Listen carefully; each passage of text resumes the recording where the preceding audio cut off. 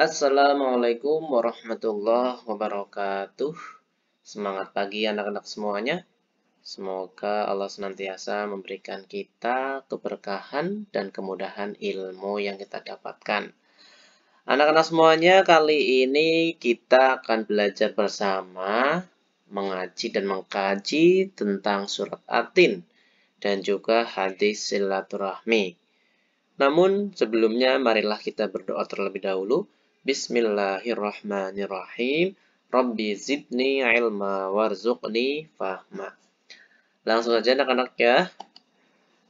Nah, di pertemuan kali ini kita akan mempelajari surat At-Tin dan hadis silaturahim. Kita akan membaca bersama tentang surat At-Tin, lalu kita akan membahas arti maupun kandungannya. Dan kita terakhir nanti akan membacakan hadis silaturahmi. Namun di kesempatan kali ini Pak Guru tidak menyampaikan tentang hukum bacaan nun sukun dan tanwin karena biar lebih mempersingkat.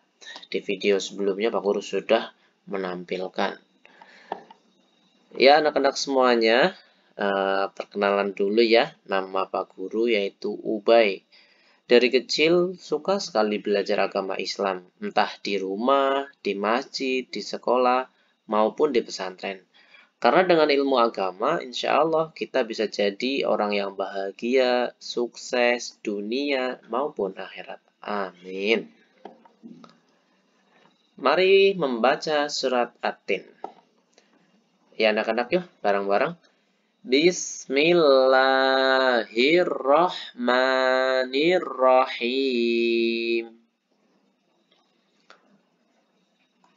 Wattini wazzaitun. Ayo anak-anak. Waturi sinin. Waturi sinin. Wahadal baladil amin. Lagi. Wahadal baladil amin.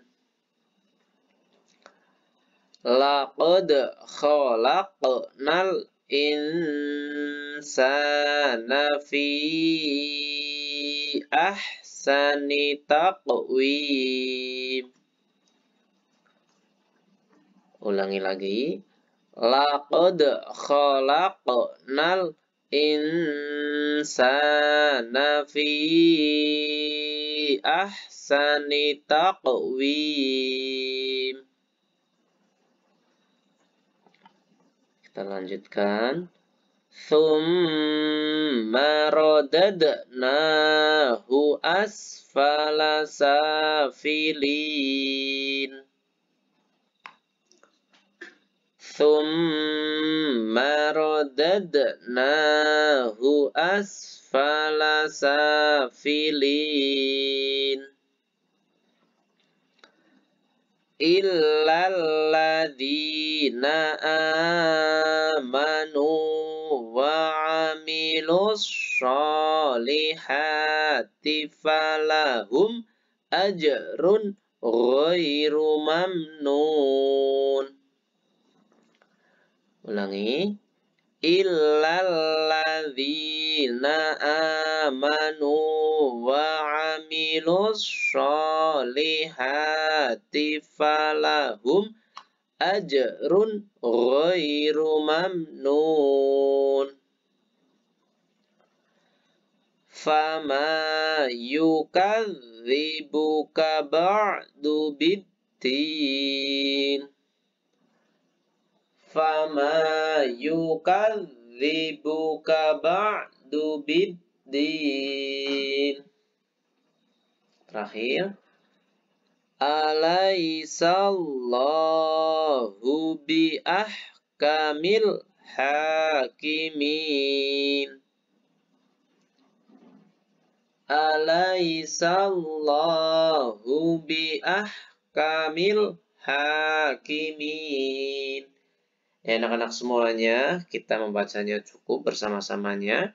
Kalau kalian ingin membaca, silahkan video ini di-pause, lalu kalian bisa membacanya, atau anak-anak bisa membuka di Al-Quran masing-masing. Sekarang kita akan membahas tentang arti maupun kandungan dari surat At-Tin. Isinya apa sih dalam surat At-Tin ini? Ya anak-anak, di ayat pertama sampai ketiga ada ayat Wattini wazzaitun. Artinya, demi buah tin dan buah zaitun. Wah, itu ada buah. Itu apa sih buah maksudnya? Waturi sinin, dan demi gunung Sinai. Wahadal baladil amin, dan demi negeri Mekah yang aman ini. Kita akan membahas buah tin itu apa sih? Nah, anak-anak semuanya di sini Pak Guru menampilkan tentang buah tin. Nah, ini adalah buah yang disebutkan di dalam Al-Quran. Emang apa sih keistimewaannya? Buah tin dan buah zaitun banyak tumbuh di Palestina, di luar negeri sana, jauh sekali, dan sekitarnya. Di mana Palestina dan sekitarnya itu adalah tempat di mana para nabi diutus, diturunkan, seperti Nabi Isa gitu. Lalu buah tin mempunyai manfaat yang banyak sekali, seperti memperhalus fisik atau badan, membersihkan ginjal, menggemukkan badan, dan sebagainya. Sedangkan buah zaitun mengandung minyak yang berlimpah, sehingga dapat dipergunakan sebagai bahan memasak dan kesehatan. Jadi anak-anak semuanya yang selama ini kita menggoreng, atau orang tua kalian menggoreng, itu kan menggunakan minyak. Nah, itu biasanya dengan minyak kelapa. Sedangkan ini adalah ada zaitun. Jadi di lain tempat juga ada yang menggunakan minyak zaitun sebagai bahan memasak, maupun juga berfungsi untuk kesehatan. Nah, lalu ayat yang kedua, Waturi sinin, dan demi gunung Sinai. Anak-anak tahu nggak sih apa gunung Sinai? Gunung Sinai itu terletak di negara Mesir. Lagi-lagi ini negara yang jauh di sana. Gunung Sinai ini dikenal juga sebagai Jabal Musa atau gunungnya Nabi Musa alaihissalam. Loh, kenapa? Kenapa dikenal dengan Jabal Musa? Karena di tempat ini Nabi Musa itu menerima wahyu pertama dan diangkat menjadi Rasul Allah. Ya, anak-anak paham ya? Lalu berikutnya ayat ketiga, Wahadal baladil amin. Wahadal baladil amin. Dan demi kota Mekah ini yang aman. Kota Mekah. Anak-anak pernah mendengar kota Mekah? Ya, kota Mekah itu terletak di negara Arab sana, jauh. Dan kota ini adalah tempat lahirnya Nabi Muhammad SAW. Jadi Nabi kita itu lahir di negara Arab, kotanya namanya Mekah. Dan anak-anak bisa dilihat di sini, ini adalah yang kita sering lihat, yaitu gambar Ka'bah. Di sini banyak orang yang sedang, apa ini kira-kira? Nah, ini disebut dengan tempat pergi haji. Jadi kalau di bulan Dzulhijjah ada orang banyak yang mau berangkat haji, nah di sini tujuannya. Di sini nanti mereka bisa sholat, bisa tawaf, dan segala ibadah lainnya. Selain itu, kota Makkah juga adalah arah menghadap sholat. Jadi kalau kita sholat menghadap barat, itu sebenarnya bukan menghadapnya ke barat, tapi menghadapnya ke arah Ka'bah atau arah kiblat atau ke arah kota Mekah. Nah, jadi anak-anak kita sholatnya menghadap ke arah sini, anak-anak semuanya ya. Kita lanjutkan ayat keempat. Ayat keempat bunyinya, Laqad khalaqnal insana fi ahsani taqwim. Yang artinya, Allah berfirman, sungguh kami telah menciptakan manusia dalam bentuk yang sebaik-baiknya. Coba anak-anak semuanya, kita bandingkan kita dengan tumbuhan. Kira-kira bedanya apa? Wah, tentu kalian pasti bisa membedakan banyak ya. Di mana tumbuhan tidak bisa bergerak, tidak bisa berpindah. Sedangkan kita sebagai manusia punya kaki, punya tangan, dan sebagainya. Lalu bagaimana dengan binatang? Binatang pun bisa bergerak, bisa berpindah, bisa makan, dan sebagainya. Kita juga punya tangan, punya kaki. Nah, apa bedanya dengan binatang?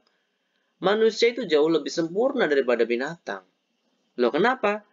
Karena Allah membekali kita, manusia, itu berupa badan atau tubuh, jiwa, akal, dan nafsu.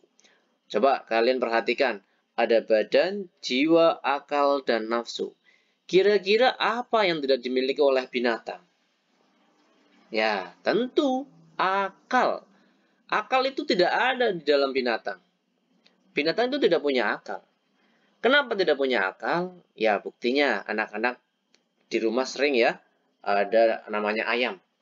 Coba, ayam itu kalau buang kotoran, itu kira-kira di WC apa semaunya? Ya semaunya. Kadang di jalan, kadang di emperan rumah, kadang ada orang ya tetap buang kotoran. Nah itu kenapa? Karena binatang itu tidak punya akal. Tidak punya akal berarti tidak punya apa? Tidak punya rasa malu. Ya, itulah yang namanya binatang. Sedangkan manusia punya akal. Punya rasa malu, punya rasa berani, dan sebagainya. Itulah kesempurnaan manusia yang diciptakan oleh Allah. Lalu dengan kelebihan-kelebihan itulah Allah memberikan atau menjadikan manusia itu sebagai pemimpin di bumi atau khalifah. Maksudnya apa? Artinya dengan kesempurnaan itu Allah menjadikan manusia itu sebagai makhluk yang paling diandalkan dalam menghuni bumi ini. Terus tugasnya ngapain? Nah, manusia sebagai pemimpin ini bertugas untuk melestarikan bumi, melestarikan alam, untuk menjaga keseimbangan alam agar tetap lestari. Misalkan ketika manusia membutuhkan kayu di gunung, maka boleh ditebang, tapi jangan menebang sembarangan, ya. Ditebang lalu diganti dengan kayu yang berikutnya atau ditanam kayu lagi. Biar apa? Biar tidak terjadi longsor dan sebagainya. Atau tidak membuang sampah sembarangan ke sungai. Nah, kalau membuang sampah sembarangan ke sungai itu bisa jadi nanti menyumbat, lalu terjadilah banjir dan segala tindakan maupun perlakuan yang bisa saja merusak muka bumi ini, maka kita berusaha untuk menjaganya. Selanjutnya ayat kelima. Anak-anak kita bisa melihat. Bismillah. Thumma radadnahu asfala safilin. Artinya, kemudian kami atau Allah, kemudian kami kembalikan dia ke tempat serendah-rendahnya. Maksudnya apa sih? Anak-anak bisa melihat ini gambar apa? Ya, ini gambar api yang sangat membara. Artinya, bila manusia durhaka kepada Allah dan tidak menaati nabinya, maksudnya durhaka itu apa? Tidak melaksanakan sholat, meninggalkan sholat dengan sengaja, meninggalkan puasa dengan sengaja, durhaka kepada orang tua, menghina teman, mencuri, dan segala kemaksiatan-kemaksiatan yang dilakukan, maka akan dikembalikan ke tempat yang serendah-rendahnya. Yaitu apa? Neraka. Neraka tentunya adalah api yang berkobar-kobar. Tubuh sempurna yang dilengkapi akal, namun durhaka tidak akan menyelamatkan manusia dari azab. Maka dari itu, kita berusaha untuk berhati-hati. Dan kita berusaha untuk taat pada Allah dan Rasulullah dengan menjalankan kewajiban maupun berusaha menjauhi larangannya. Lalu berikutnya ayat ke-6. Illalladzina amanu wa amilus sholihati falahum ajrun ghairu mamnun. Artinya, Kecuali orang-orang yang beriman dan mengerjakan kebajikan, maka mereka akan mendapatkan pahala yang tidak ada putus-putusnya.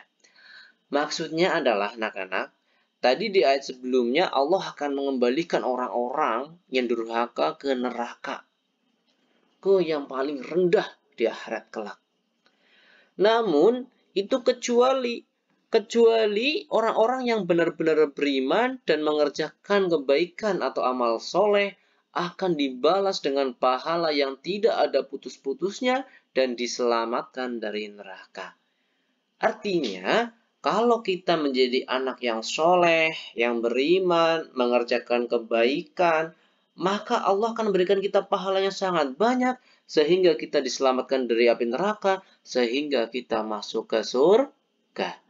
Nah, ini anak-anak bisa melihat, ini Masya Allah, ini baru gambaran di bumi, di dunia. Sudah indah sekali, apalagi di surga, sangat indah.